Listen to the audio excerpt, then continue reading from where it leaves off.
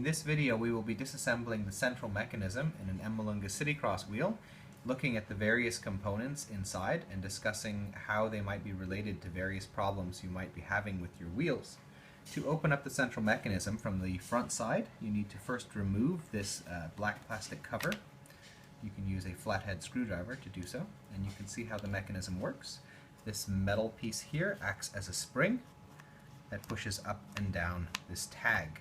In the center of the tag is a groove, such that when the axle slots in from the backside of the wheel, there's a corresponding groove on the end of the axle, and the groove on this black plastic tag is pulled up into the groove on the axle, which holds it in place.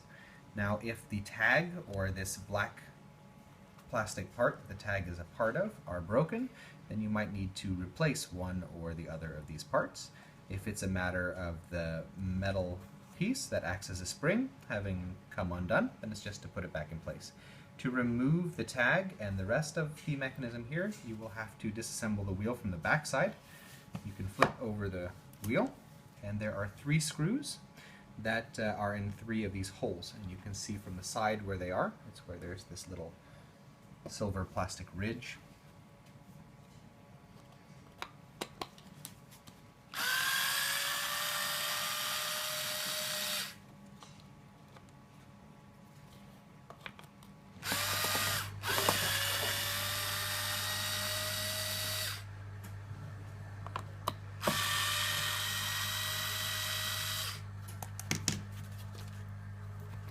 When you've unscrewed the screws, you can now remove this wheel that works with the brakes.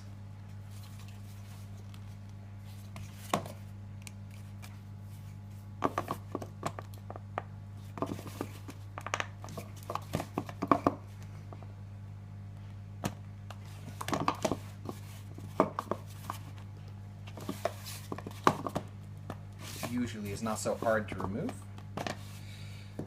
And underneath you'll see a ball bearing. If your wheel feels wobbly, it's a result of this ball bearing being bad, or could be, and you can replace that out.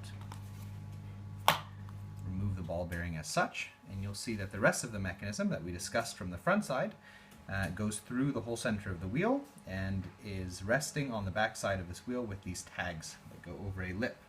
To remove them, you need something large and circular that is larger, or that rests on these tags at least, does not go in the middle, and then you can hit it with a hammer.